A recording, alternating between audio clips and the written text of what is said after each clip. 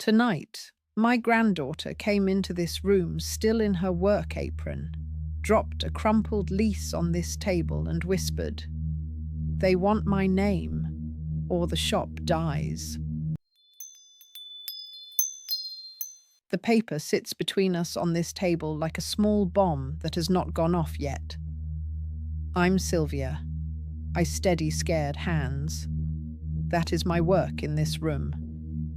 My granddaughter Lina is still in her black polo from the family shop, flower on her sleeve, badge half crooked. She keeps rubbing one thumb over the other, as if she could erase her own fingerprints before someone puts them on that page. I do not pick the lease up yet. I let it sit there and breathe with us. "They said it's simple," Lina blurts, eyes shiny.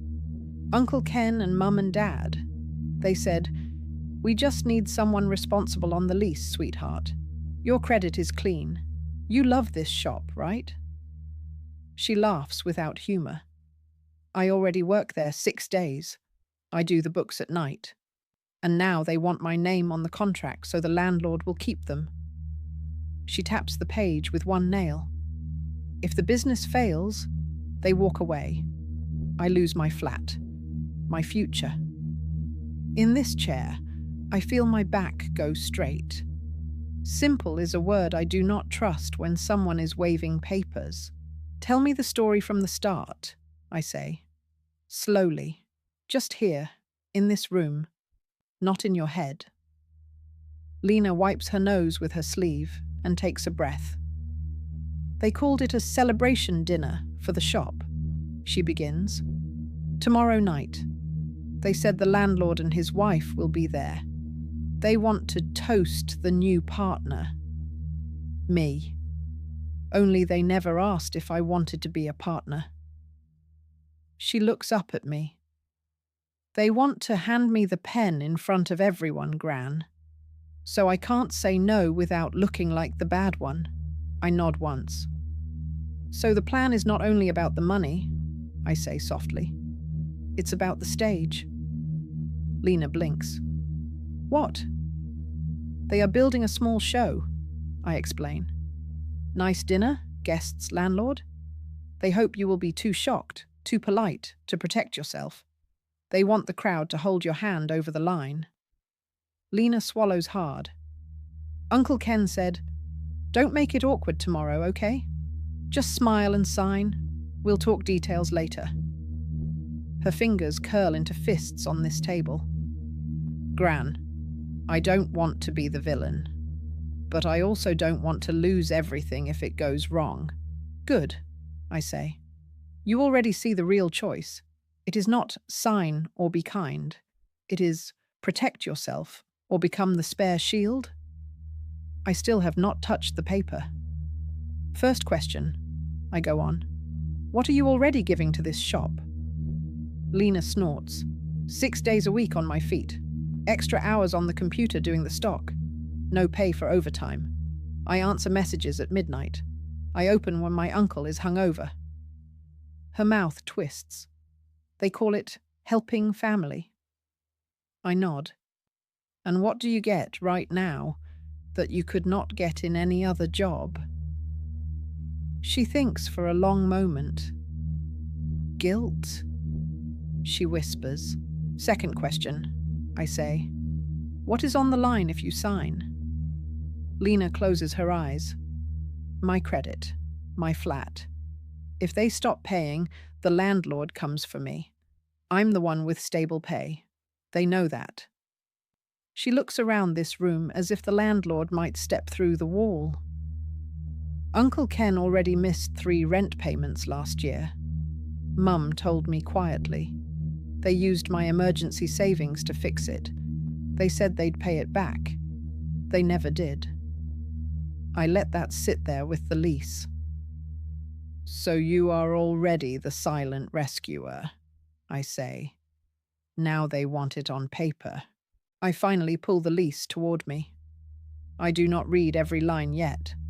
I look at the last page, at the blank space where they want her to write her name. Whose name is here right now? I ask. No one's, she says. The landlord typed everything else. He left the guarantor line blank. For tomorrow. She shivers. Gran, I checked my brother's computer history while he was in the shower. She gives me a guilty look. I know, but I had this feeling. I know it's not nice, but... She swallows. He was searching how to make family sign business lease. Guarantor rights if shop fails. All that. Her voice drops.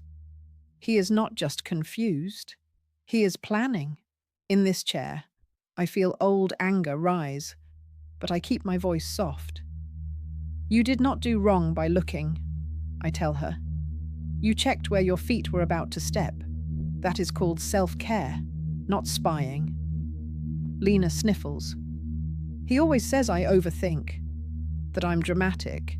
That family doesn't need lawyers between them. I chuckle, a dry sound. Funny how people only say that when they like the contract the way it is. I tap the lease. We are not letting fear write your story, but we will let fear raise a little red flag, so we do not walk in half asleep. Close your eyes, I say. She does. First picture, tomorrow night. Nice dinner? They toast you.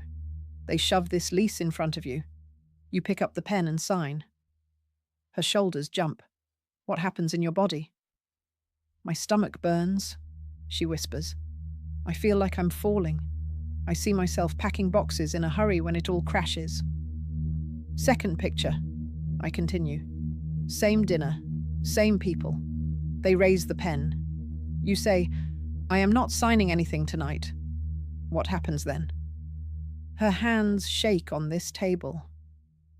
I'm still scared, she says. But I also feel taller, like I'm standing on something solid. I smile. Fear plus taller is a good sign. Lina opens her eyes. So what do I do? She asks. They already paid the deposit for the dinner.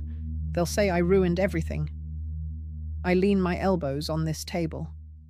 We do 3 small things, I say. 1. You do not wait for the show. You answer before the stage lights turn on. 2. You talk to a neutral person who knows these papers better than any of us. 3. We practice the words together here, so your tongue has a path to follow when your heart is jumping. She nods slowly. So I don't go in blank. Exactly, I reply. We write your script on your side, not theirs. I pull a plain notebook toward us. We will not write a huge speech, I say. Just 3 lines. I look at her. First attempt. What do you want to say? Lina licks her lips. I'm not sure. Let me think. I tilt my head. That leaves too much open space for them to rush into, I say kindly. Try again. Stronger? She swallows. I will not sign as guarantor. The words hang in this room like a bell. Good, I say. Simple, true. Now add the second line. What you do need. She frowns, thinking. I need a neutral advisor to explain this lease to me, with no family pressure in the room. Perfect, I say. Third line. How you name your love without selling yourself. Lina's face softens. I care about the shop and about all of you, she says slowly. So I won't promise something I cannot carry. I write the 3 lines in big letters and turn the notebook so they face her. She reads them out loud. Her voice shakes at first, then grows steadier. What if Mum cries? She asks suddenly. What if she says I've turned cold since I moved into my own place? I shrug. Your job is to keep your promise to yourself. Their job is to manage their feelings. Lina's phone buzzes on this table. A new message from her brother. Big news tomorrow. Don't be weird. Just back me up in front of the landlord. She closes her eyes, jaw clenched. He always writes like that, she mutters. Orders mixed with jokes. If I push back, he says I'm too serious. I nod toward the notebook.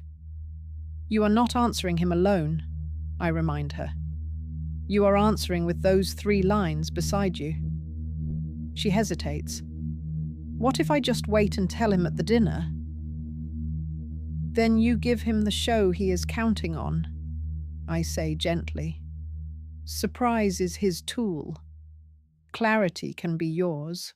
Together, we draft her reply. Line 1. I will not sign as guarantor at dinner tomorrow.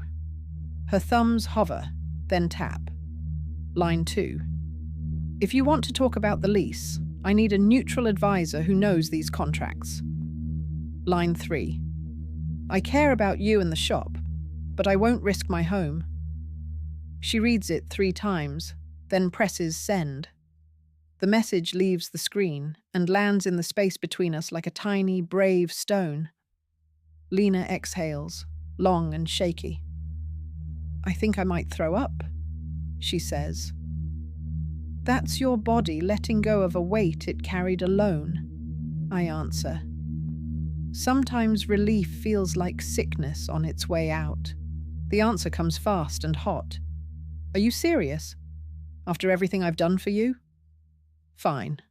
I'll tell Mum you don't care about the family. Lina's eyes fill again. There it is, she whispers. The old song. I nod slowly. Say the quiet truth out loud, I ask. What have you done for the family? She blinks. Worked for free. Lent them my savings. Covered rent once. And what have they done for you? Her mouth twists. Made me feel like help is the same as love. I squeeze her hand. Love can ask. It does not grab. Now we use their anger as information, I say. Not as law. Lina frowns. What does that mean? It means this, I explain. When someone hears, I need time and a neutral advisor, and their first answer is rage, they are telling you how they plan to get what they wanted. They needed your confusion. They needed your hurry. I tap the lease again. You just took that away. Lina nods slowly. So the anger is a map of the trap, she says. Exactly, I reply. And maps help you walk around holes instead of falling in. We are quiet for a while. The clock in this room ticks, steady and small. Gran, Lina says at last. What if the shop closes because I said no? I meet her eyes. Then the shop closes because the numbers did not work without your sacrifice. I let that sink in. A healthy business should not need your whole future nailed to its door to stay open. If it does, it is already broken. You are not breaking it by stepping away. Her shoulders sag, then square. I never thought of it like that, she murmurs. They always say, we're so close, just one more push. I reach for the small landline phone on this table. One more thing, I say. We call someone who sees leases all day, not just on sad family nights. Lina looks startled. Now? Now, I say. So your fear does not have all the space.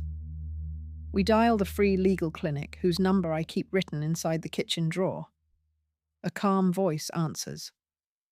Lina explains the situation, her words shaky but clear. The advisor listens, then says, if you sign as guarantor, you are fully responsible if payments stop. No one should sign that without independent advice and a real plan in their own budget. When Lina hangs up, she looks different, still scared, but straighter. I fold the lease and slide it back toward her. This paper does not move off this table tonight, I say. Tomorrow, You can still decide if you go to that dinner. You can still choose how long you stay. But one decision is already made. Your name will not appear on a line you do not understand. Lina nods, slow and sure. I can't believe I almost let a party decide my whole life, she whispers. That is how many traps are wrapped, I say softly. In music and dessert. She gives a shaky laugh. You and your sayings. They keep my own feet on the floor, I reply.